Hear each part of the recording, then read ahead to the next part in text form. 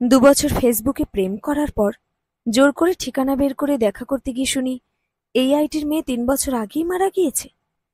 Add friend লিস্টে দুনিয়ার সব সুন্দরী লিস্ট থাকে। ফ্রেন্ড রিকোয়েস্ট সেন্ট প্রায় ৫০ জনকে করে ফেললাম। দুর্ভাগ্যের ব্যাপার, কেউ রিকোয়েস্ট অ্যাকসেপ্ট করেনি। প্রায় ৯ দিন পর দেখলাম কেউ একজন রিকোয়েস্ট অ্যাকসেপ্ট করেছে। ওরে ভাই, সে এত সুন্দর ছিল, প্রোফাইল ফটোতেই চোখ ঝলসে যাচ্ছে আমার। ইনবক্স। আমি বললাম, প্রোফাইলে ফটো চেঞ্জ করে নিও। মেয়েটা বলল, আপনি চেঞ্জ করতে বলার কি? বলতে অধিকার লাগবে? অবশ্যই হ্যাঁ। ১ মিনিট অপেক্ষা করো, অধিকার বানিয়ে দিচ্ছি। আচ্ছা করলাম। ১ মিনিট শেষ, এবার চেঞ্জ করো। মানে অধিকার কিভাবে বানালি? এই যে আমার কথা ১ মিনিট অপেক্ষা করলে, আমার কথা শুনেছ, অধিকার ছিল বলেই তো। এরপর ৫ মাস মিস ইউর ভিডিও কল। এরপর ২ বছর হয়ে গেল। দিশাকে বললাম মিট করব। দিশা রাজি হলো না। ২ বছরও রাজি করাতে পারিনি। দিশা পছন্দ করতো না ওর পরিচিতদের সাথে কথা বলি। ওর আইডি থেকে একজনের সাথে আমার অন্য আইডি দিয়ে কথা বলে ওর পরিচিত একজনের ঠিকানা নিয়ে ওর বাসায় চলে এলাম। অনেক খুঁজে দিশাকে পাচ্ছি না। দিশা সবসময় বলতো ও বিকালে এই গাছটার নিচে বসে সময় কাটায়। অদ্ভুত, আজকে কেন আসছে না দিশা? আমি দিশাকে মেসেজে বললাম আমি ওর বাসার সামনে। ও আমাকে রিপ্লাই করছে না। বিরক্ত হয়ে রাগে দিশার বাসায় ঢোকার সিদ্ধান্ত নিলাম। বাসায় ঢুকে বললাম, দিশা আছে? মধ্যবয়স্ক একজন এসে বললেন, দিশা মানে কোন দিশা বাবা? চেহারা দেখেই চিনেছি, দিশার মা উনি। আন্টি, আপনার মেয়ে দিশা ও বাসায় নেই? উনি আমার দিকে হা করে তাকিয়ে আছে। কি বলছো? দিশা আরো ৩ বছর আগে গত হয়েছে? আমি হেসে দিলাম, আন্টি আপনি মজা করছেন। ওকে আপনি বলেন, দেব এসেছে। বাবা, আমি আমার মরা মেয়েকে নিয়ে মজা করব কেন? তোমার কোথাও ভুল হচ্ছে। আন্টি, এই যে দেখেন, দিশা কাল আমার সাথে কথা বলেছে, দেখেন। আন্টি দিশার ভিডিও কলের ছবি দেখে অবাক।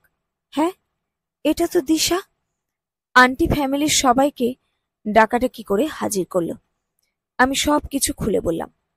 আমি কলকাতায় থাকি, আর দিশা দমদম ক্যান্টনমেন্টে। এমনকি আমি দিশার পাঠানো ভয়েস রেকর্ডও সবাইকে শুনিয়েছি। সবাই চমকে উঠল। হ্যাঁ, এটা তো দিশারই কণ্ঠ। কিন্তু কিভাবে? দিশার ছোট ভাই আমাকে দিশার সমাধিস্থ স্থানের সামনে নিয়ে গিয়ে দেখালো। দিশা সবসময় যে গাছের নিচে বসে আছে বলতো, সেই গাছের নিচেই দিশার সমাধিস্থল। কিন্তু কিভাবে? আমি তো দিশার সাথে অডিও কল, ভিডিও কল সবভাবেই কথা বলেছি। দিশা, দিশার মা বাবা, ছোট ভাই, যাদের কথা বলেছে সবাই আছে। সবকিছুই সত্য, শুধু দিশা ছাড়া। আমি মানতে পারছিলাম না। প্রায় ৩ দিন হয়ে গেল দিশাকে ফেসবুকে মেসেজ করে যাচ্ছি, রিপ্লাই আসেনি, সিনও হয়নি। দিশার মা অনেক বুঝিয়ে আমাকে কলকাতাতে পাঠাতে চাইল। আমি ট্রেনে করে শিয়ালদহ চলে আসলাম আজ। স্বাভাবিক কোনোভাবেই হতে পারছিলাম না। তাহলে দিশার আইডি থেকে মেসেজ কিভাবে আসলো? ভাবতে ভাবতে আমি ক্লান্ত, কোনো সমাধান পাইনি। দিশাকে ভুলতে দিশার অ্যাকাউন্ট আনফ্রেন্ড করে দিয়েছি। তারপর প্রায় ১ বছর কেটে গেল। আমার গ্র্যাজুয়েশন শেষ হলো। দিশার পর আর কারোর সাথে সম্পর্ক হয়নি।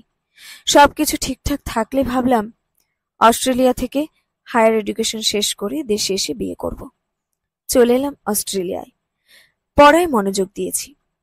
একদিন বিকেলে সিডনির লেক পাড়ে দাঁড়িয়ে গান শুনছিলাম। সুন্দর বিকাল।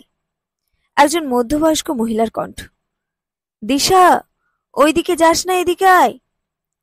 নাম শুনতেই চমকে দেখি একটা মেয়ে আমার পেছনে দাঁড়িয়ে আছে। অবাক হয়ে তাকিয়ে আছি।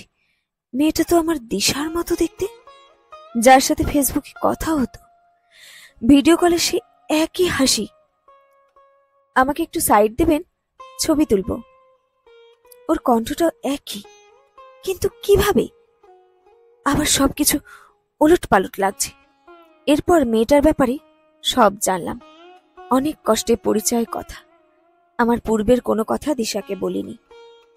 তারপর মেলামেশা। দিশা আমাকে পছন্দ করে। আজকে দিশা নিজেই প্রপোজ করেছে।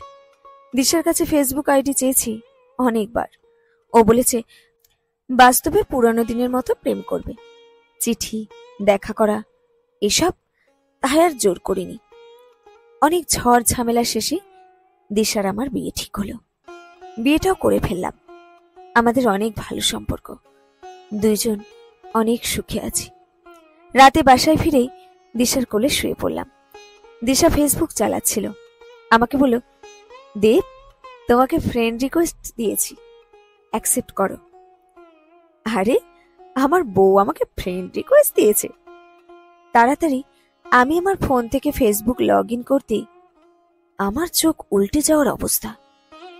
এটা তো দমদমে থাকা দিশার অ্যাকাউন্ট থেকে ফ্রেন্ড রিকোয়েস্ট। এটা আমার বউ দিশার অ্যাকাউন্ট কিভাবে হয়?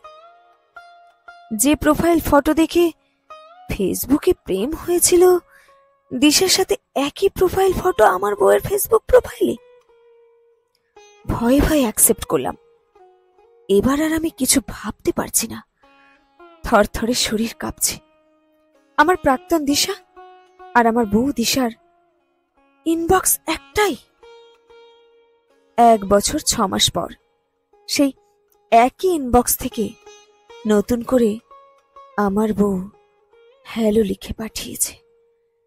তাড়াতাড়ি দিশার হাত থেকে ফোন নিয়ে দিশার আইডি থেকে আমার ইনবক্স চেক করে দেখি দিশার সাইট থেকে হ্যালো মেসেজটাই আমাদের প্রথম কনভারসেশন। শেষ হলো আজকের গল্প, ফেসবুক প্রেমিকা। লেখকের নাম আমার জানা নেই। যদি আপনাদের জানা থাকে আপনারা কমেন্ট করে জানিয়ে দিতে পারেন।